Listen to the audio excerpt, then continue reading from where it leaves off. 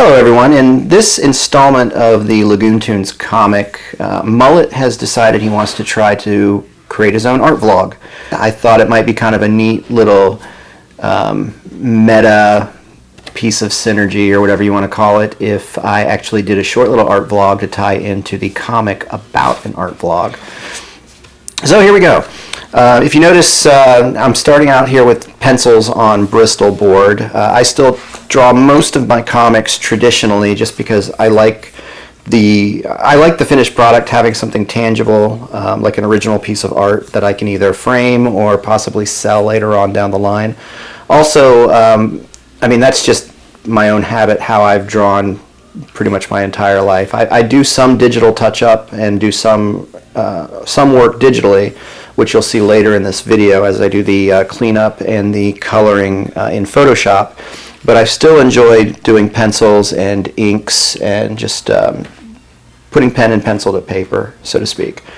So I'm using Strathmore Bristol Smooth Surface. It's a 9-inch by 12-inch sheets are what I've been using lately for the comic.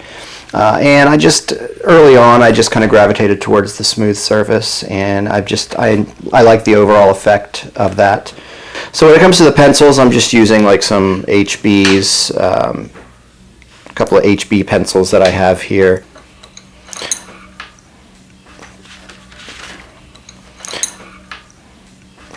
So I do have some rough drafts for this particular strip in a sketchbook that may or may not be visible in the frame at the moment.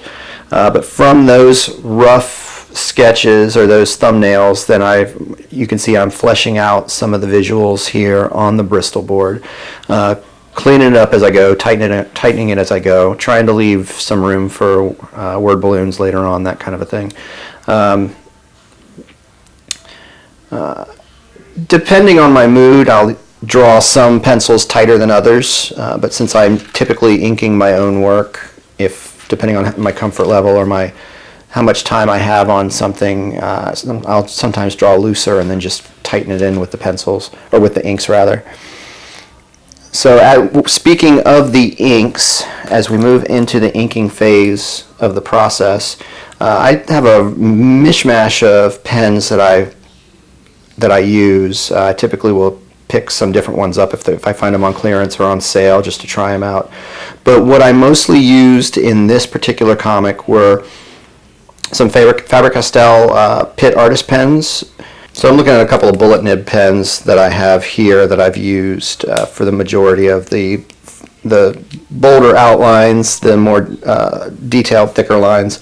And then for some of the detail work, I will move in with a Pigma Micron PN archival ink. I like that tip, and I like the ink on that, and it gives me a little bit of versatility where I can start out with some thinner lines and then flesh those out and refine them and that kind of a thing. So that's pretty much what I do for the inking phase.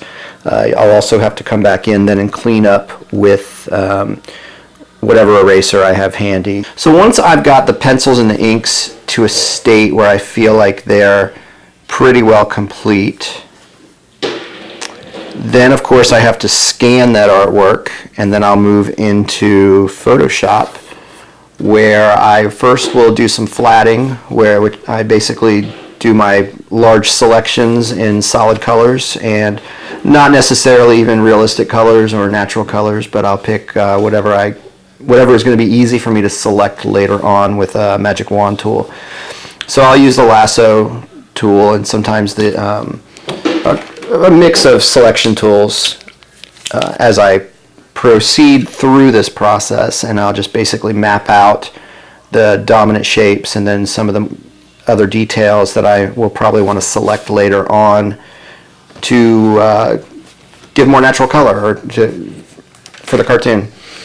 Once I have the flatting in place, then of course I'll begin making those selections, and I'll start adding on another layer some more natural colors. I have a palette set up that I've been adding to and that I created for the strip, where I have some of the base colors for each of the main characters, and then a secondary color that I can come back in and use as shadows or to just enhance other detail.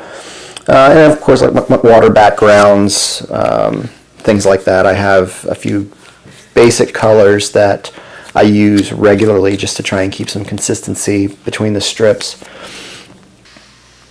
So once I have the artwork scanned digitally and I've done the flatting, I'm painting in some of the details and colors, what I'm using during this step is a Wacom Intuos 3 tablet that I've had for a while now. It's been really handy, and it's been a lot of help in laying down some of these colors and bringing these comics to life. So I tend to, once I've got the colors in place, sometimes even before the colors are completely done, I'll begin laying down the dialogue and the text within the strip. I typically will just go and pull those off of a previous strip and then just update the language. I've begun lately kind of freehanding and somewhat freehanding, loosely freehanding sort of the word balloon shapes, just to make it look a little less stiff. I was using some Photoshop shapes before just to give me quick and easy word balloons, but I don't know, they just looked too artificial to me, or they looked too much like something right out of the box. They looked like something that was standard inside of the program. So, which of course they were. So I've begun now just using with the Wacom tablet. I just will draw a loose approximation of the word balloon shape and then clean it up a little bit. But I've actually, for now, I've started to like that sort of rough look around each of the balloons. So as you can see, I'm using Photoshop for a lot of this digital work, and I am a subscriber to the Creative Cloud suite of applications. I use Premiere quite a bit too, and then of course Illustrator, and have some plans for InDesign. So I have the package that gives me access to a variety of applications.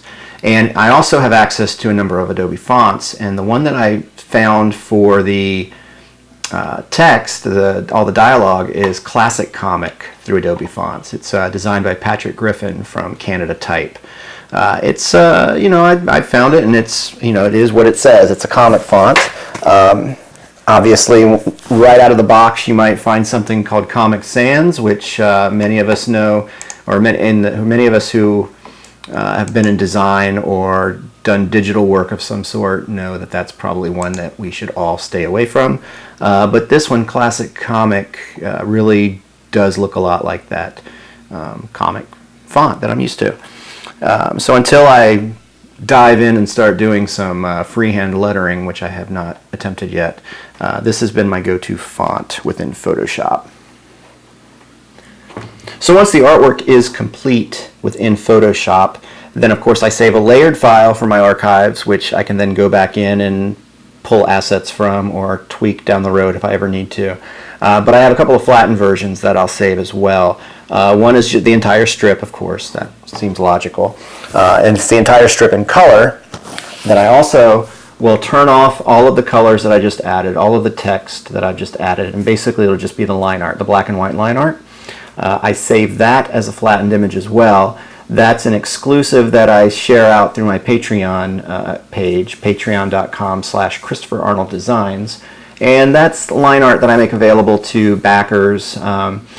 You can use that to try out your own hand at digital coloring, or you can print it out and try your new set of markers you just bought, or your colored pencils, or you can even add your own words and try to write your own script. Basically, I describe it as the home version of the game. So you can basically take the black and white line art that I've created, and you can essentially make your own comic around it. So I'll save that version as well. And then I also will save each panel as a flattened image. And now this is going back to the full color text and everything finished version. I'll save each panel as a separate image, because those are what I'll put out like on Instagram. In Instagram, I don't know if you've noticed, when you have multiple images, you can scroll through and it becomes a little more of an interactive experience, or at least a more engaging experience. And so a lot of cartoonists have begun to use that as an option for their strips, and I've been doing it too. And it just makes it a little more fun. You can kind of swipe through it that way, and then it just is a different overall appearance on Instagram than how it would appear on your Facebook page or somewhere else on your website. But, so in addition to Instagram, I post them on my Facebook page every week. They post on my website, ChristopherArnoldDesigns.com. When I remember, they go on Twitter, but I don't always remember that one. But on Patreon, I will give them to Patreon backers early. So right now the schedule is Patreon backers will get the week's comic on Sunday, and then everyone else will get to view it that following Wednesday. So that's another one of the perks of becoming a backer. If you enjoy the strips and want to have some early access, want to have the line art, want to get some behind the scenes peeks at what I'm working on, we're trying to make that sort of an engaging place for people who enjoy the work. My microphone's giving me some grief right now. So really, I think that's about all I have for this comic. Again, this was Mullet's art vlog that he was attempting to create, but he maybe forgot a little step along the way. So I think that'll about do it for this video. Not a full-fledged art vlog, but a little behind-the-scenes look at my process and how this particular comic came to be. All right, everybody, I hope you enjoyed this little look behind the curtain, and if you did, go ahead and smash that like button, leave a comment, share the video. You know all the good stuff that they say here on these YouTube videos. I'd appreciate it. Maybe we can do some more of these down the road. All right, thanks, everyone.